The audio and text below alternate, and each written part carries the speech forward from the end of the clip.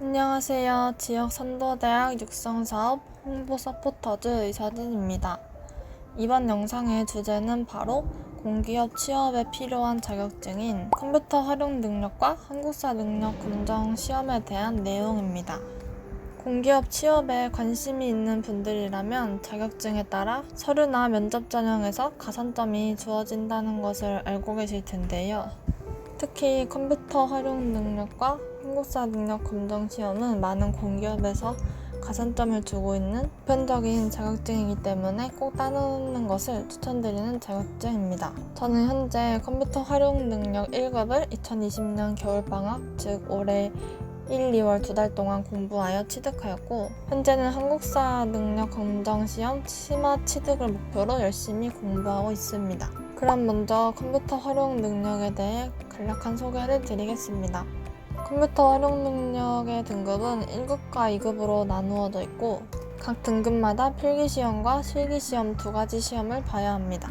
지금부터 제가 어떻게 공부를 했는지 알려드리자면, 먼저 필기는 유튜브에 올라와 있는 무료 강의와 CBT라는 기출문제 사이트를 활용해서 공부했습니다. 그 이유는 필기 개념서를 사봤더니 범위도 넓고 분량도 너무 많더라고요. 이러다가 방학 안에 못할 것 같다는 생각이 들어 방법을 바꾸게 되었습니다. 유튜브에 컴퓨터 활용 능력 1급 필기라고 치면 1시간에서 2시간 분량으로 과목마다 요약이 돼 있는 강의들이 있는데, 그 영상들을 보는 것이 머릿속에 개념들을 정리하는 데 많은 도움이 됐던 것 같습니다. 그래서 요약 강의를 짧게 완강한 후 기출문제 사이트에서 기출문제를 뽑아 문제를 풀면서 부족하거나 모르는 개념은 인터넷 검색이나 유튜브 강의를 다시 찾아보는 식으로 공부를 했습니다. 회독은 기출 4개년치를 3번 정도 했던 것 같아요.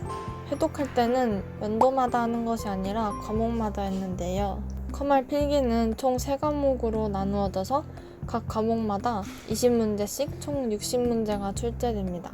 그래서 공부를 할 때 20년도 기출 1, 2, 3과목 풀고, 그 다음에 19년도 기출 1, 2, 3과목 풀고, 이렇게 하는 것이 아니라 20년도 1과목, 19년도 1과목, 18년도 1과목을 이어서 풀고 그 다음에 같은 방식으로 2과목, 3과목을 회독하는 것입니다.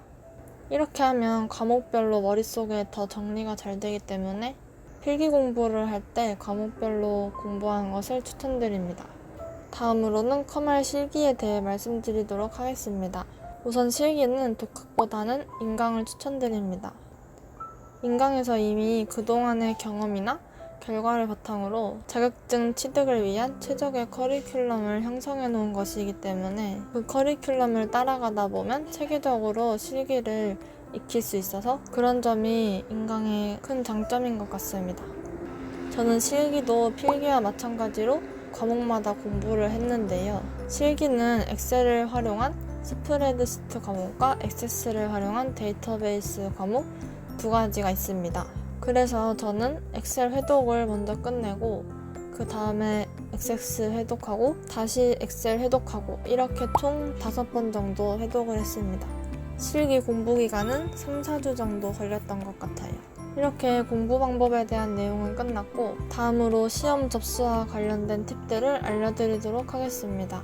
우선 저는 실기를 총 3일 접수했는데요. 그 이유는 시험장 자리마다 문제를 다르게 나눠주는데 그 문제마다 난이도 차이가 있어서 안전하게 합격하려면 3일은 봐야 한다고 하더라고요. 물론 한 번만에 합격하시는 분도 있지만 조금 불안하다 하시는 분들은 저처럼 3일 정도 시험을 보는 것을 추천합니다. 이때 날짜는 되도록 연속으로 접수하시는 걸 추천하는데요. 그 이유는 샛불도 당김에 빼라는 말이 있듯이 시험 중간중간에 간격이 있으면 공부한 내용을 까먹을 수도 있고 나태해질 수도 있을 것 같더라고요. 그러니 열심히 집중해서 공부한 뒤 연속으로 시험 보시는 걸 추천합니다. 시험 접수와 관련된 또 다른 꿀팁은 시험 4일 전을 노려라 입니다. 만약 여러분이 원하는 시간, 날짜에 접수를 못해서 접수를 다시 하고 싶을 때 계속 접수창을 새로 고치하면서 자리가 나기를 기다리기엔 시간이 아깝고 귀찮다라는 감정이 분명 들 것이라고 생각합니다. 시험료 전액 환불이 시험 4일 전까지만 가능해서 그때 접수를 취소하는 사람들이 꽤 있기 때문에 원하는 시험 날짜에 4일 전을 노린다면 자리를 얻기 조금 더 쉬울 거예요. 이렇게 컴퓨터 활용 능력에 대한 설명이 끝났고 지금부터는 한국사 능력 검정 시험에 대해 설명하도록 하겠습니다. 우선 학능검의 종류는 심화와 기본으로 나뉘어져 있고 종류마다 1등급부터 3등급까지 등급이 나누어져 있습니다. 저는 아직 한국사 능력 시험은 응시 전이기 때문에 제가 지금 어떻게 공부하고 있는지 공부 방법을 공유해 드리려고 해요.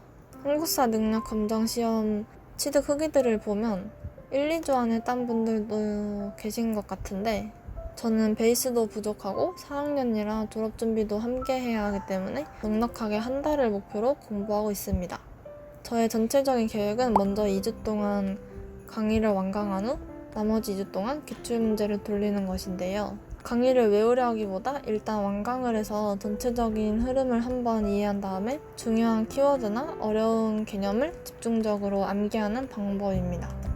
제가 들은 강의는 유튜브에 무료로 올라와 있는 최태성 선생님의 한국사 능력 검정 시험 심화 강의입니다. 기출문제를 풀 때는 컴퓨터 활용 능력을 공부할 때와 마찬가지로 시대별로 회독을 해줍니다. 한국사 능력 검정 시험은 총 50문항인데 문제의 순서가 시대별로 돼 있기 때문에 시대별로 분류하는 것이 어렵지 않을 것입니다.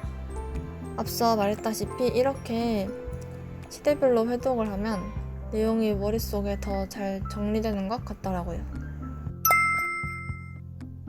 네, 이렇게 컴퓨터 활용 능력과 한국사 능력 검정 시험에 대한 공부 방법을 모두 소개해드렸는데요.